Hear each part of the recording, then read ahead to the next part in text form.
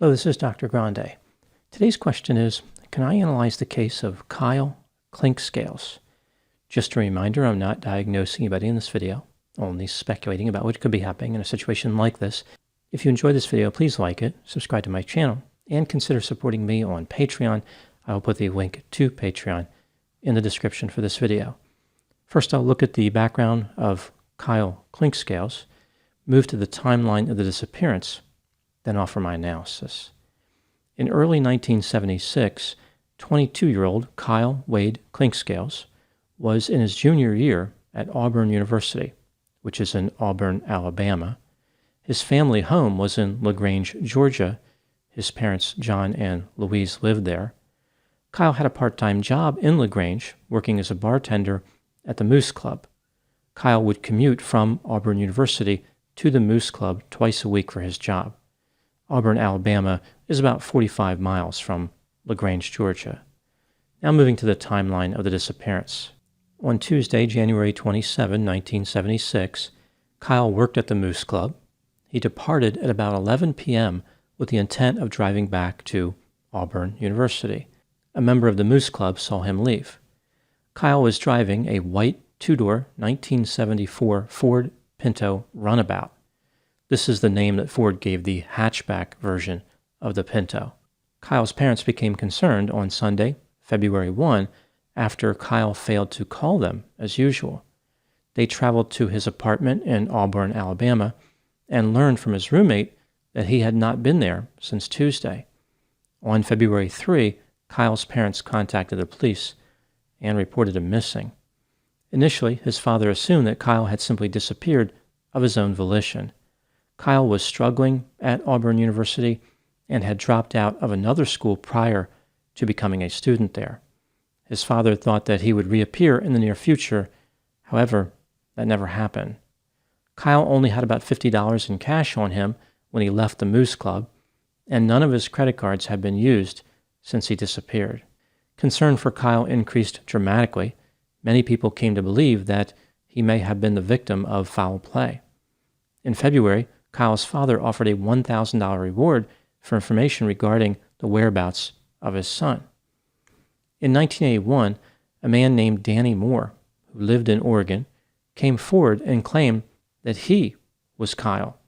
He said that he was involved in a vehicle collision in 1976 and developed amnesia. He sent a letter to Kyle's parents, which they believed matched their son's handwriting. Danny Moore's parents came forward and said that he was actually their son, and he never had amnesia. On May 27, 1987, a man walking his dogs along Flat Shoal Creek in Troup County, Georgia, found an Exxon credit card. It belonged to Kyle and had expired in 1973, 3 years before he went missing. Kyle's wallet had been stolen in 1973, which makes it seem like whoever took the wallet simply disposed of the card. This did not appear to be a useful lead. In 1996, the police spoke to a convicted felon named Ray Hyde after coming to believe that he may have been involved in Kyle's death. He owned a salvage yard and was suspected of being involved in car theft. The police searched the salvage yard for Kyle's body, but did not find anything.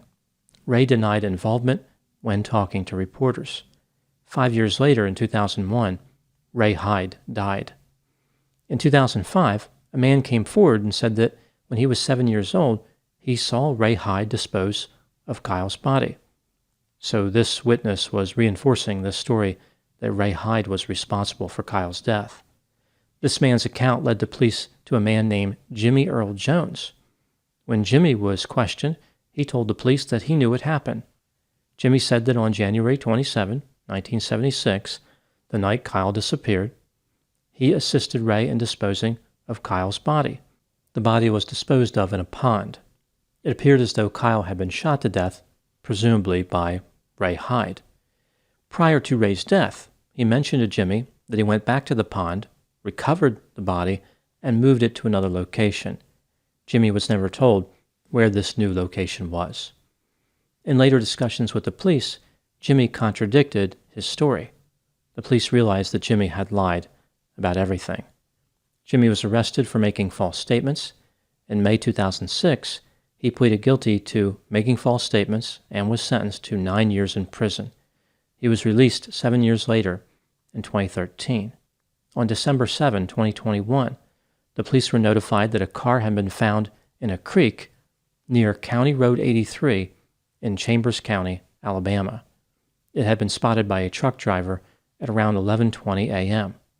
Human remains were found inside the vehicle. The car was a Ford Pinto and belonged to Kyle.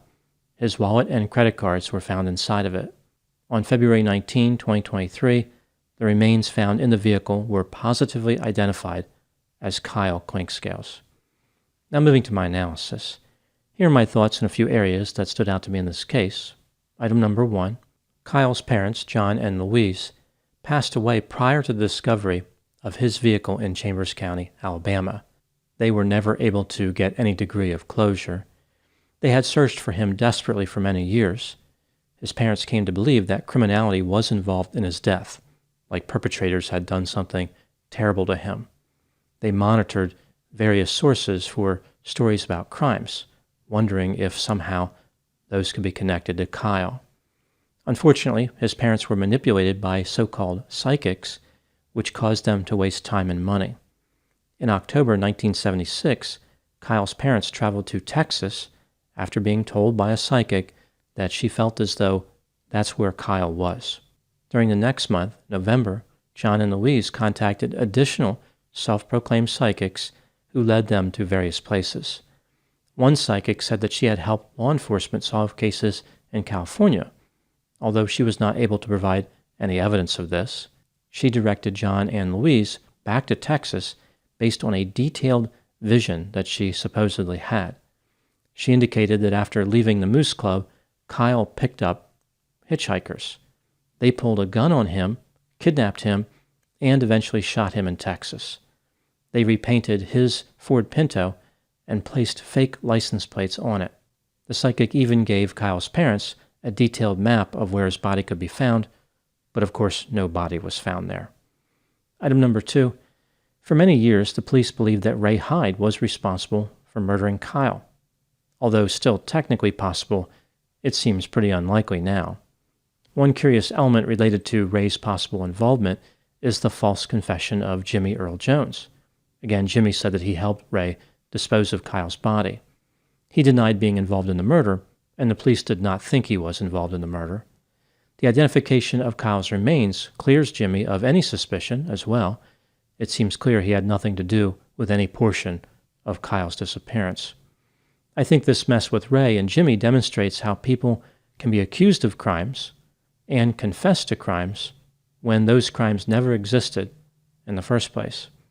This brings me to item number 3. At first glance, the case of Kyle Clinkscales might appear to be solved, but there are several unanswered questions. Was anyone involved in Kyle's death? Was it an accident? How did he end up in the creek in Chambers County, Alabama? This was not along his route from LaGrange, Georgia to Auburn, Alabama. Did Kyle drive there deliberately and run his car into the creek? Was the Ford Pinto moved, or was it in the creek the entire time? The roof of the vehicle was crushed. One of the tips the police received indicated somebody struck the roof with a backhoe. It seems unusual that no one would have noticed the car in the creek for all those years, especially considering that the creek is somewhat shallow. Kyle may have been having trouble in college, but he appeared to have plans for the future.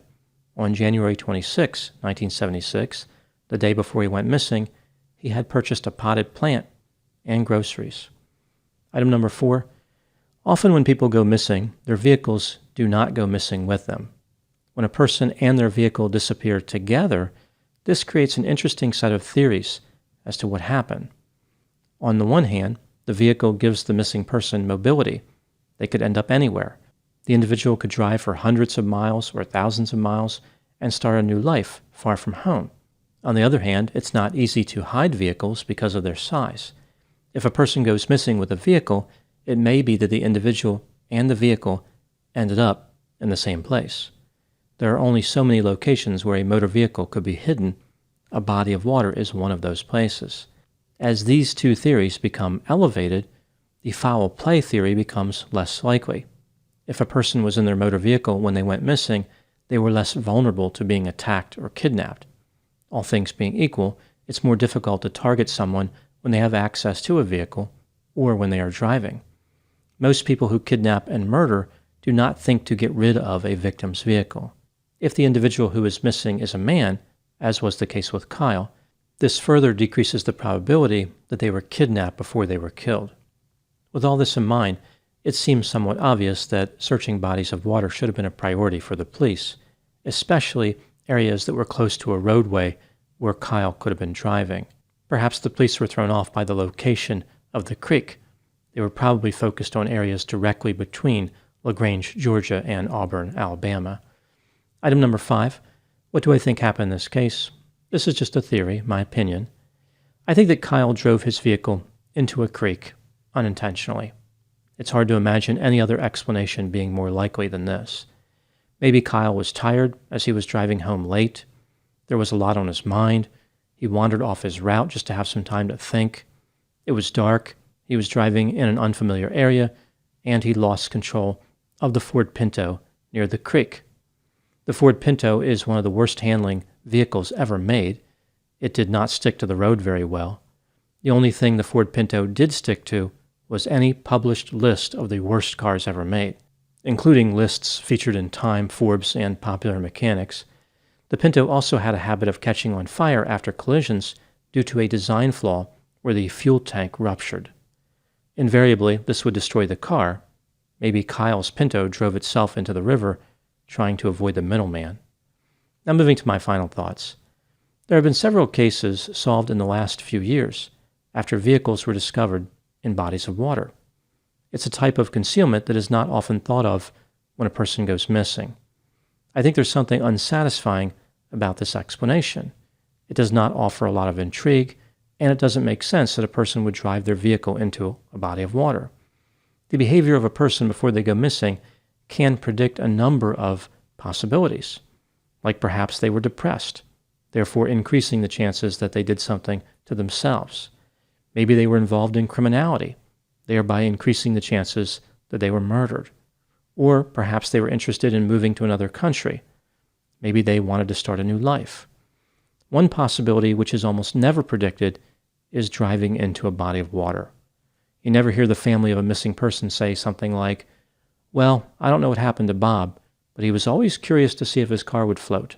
Maybe road conditions and a person's driving skill should be criteria factored into missing persons cases where their vehicle has also disappeared.